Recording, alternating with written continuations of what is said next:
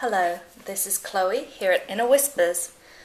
Today I want to do a video review of the Fairy Tale Fortune cards, which are actually a Lenormand deck created by Liz Dean and Bev Spate.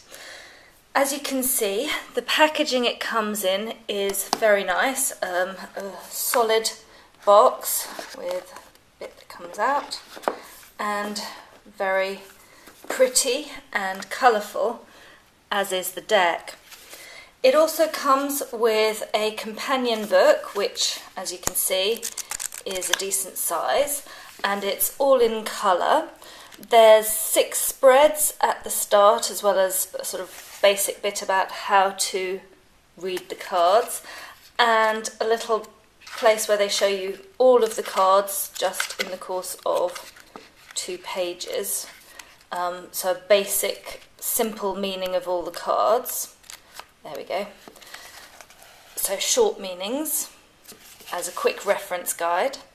And then for the rest of the book, what it has is one side of the page for the card itself with its meaning and a few combinations and the playing card that it's associated with. And on the other side, they give a fairy tale which is linked to some aspect of the card, either the sort of title itself or else something about the key words or what the card signifies is relevant to the story, shall we say. And there's, these are very brief synopses of the stories really, but they're very interesting, and I think it's a nice little touch to have that. And as you can see, it's also a very beautiful, colourful book as well as deck, the cards themselves. So, what about the cards? The cards are fairly large. Here is a traditional, this is a Piatnik Lenormand card, just so that you can see the comparison in size.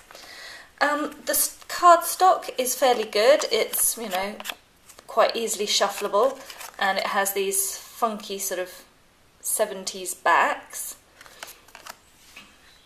And all of the cards are very colourful. They have this simple sort of clip art feel to them, I guess. And each card also has the title of the card and then a few key words to go with it. So on this deck you won't find the Lenormand numbering system nor the playing card titles. It's just these pictures, keywords, and the main name that we have here. So although it doesn't have this kind of traditional Lenormand system to it, it is nevertheless, these are those cards. So it's a very modern take on the Lenormand with funky colours, and I think that the keywords that they choose are certainly acceptable ones. They're definitely not the only ones that you could have chosen for it, but most of them make sense, I would say.